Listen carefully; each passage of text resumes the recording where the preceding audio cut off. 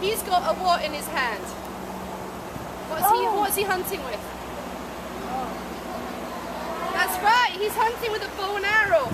So he would be hunting probably deer with the bow and arrow. And he would be using an arrowhead and a branch there and a piece of wood as well. Okay? But before he goes out to hunt the deer, alright, he would probably set some traps.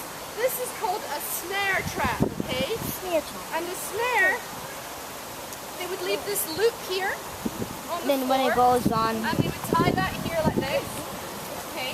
And then they would put some bait here, and he would leave these set during the day while he was off hunting. Now these big wild turkeys, or maybe ducks, or maybe geese would see this corn and they'd think, oh cool, I'll go and have a little nibble on this corn here.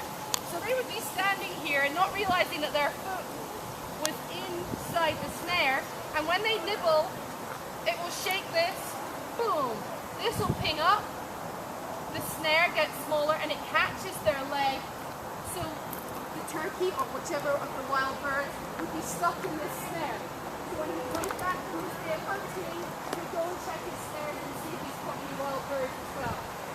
Okay? So you've got the bow and arrow, you've got the snare trap, and then for bigger animals, just turn your eyes, you don't need to move anywhere.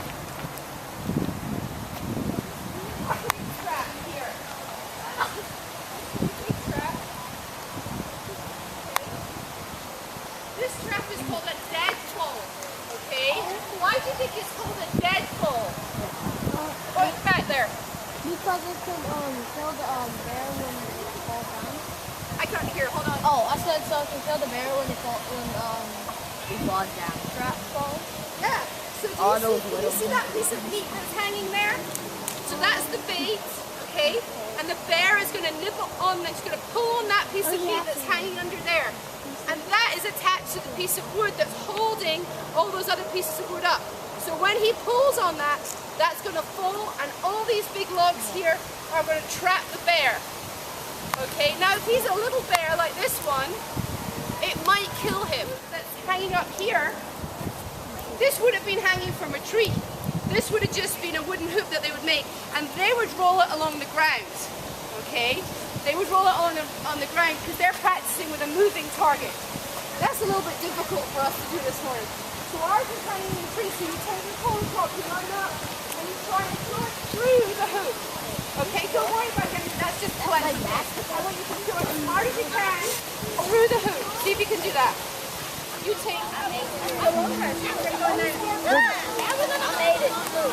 Well, she didn't say that when I was down there videotaping.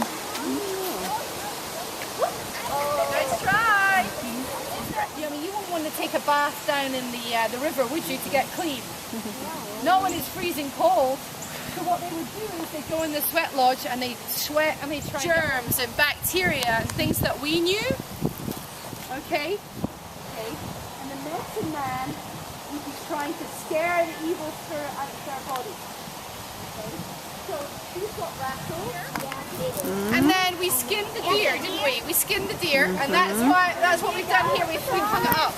They would wet this. They would dry it first of all, obviously, because it would have had the meat and the fat from the deer. That's not rain all over your clothes, would you? No. All right. And then they would find a stump or a piece of wood like this. Gross.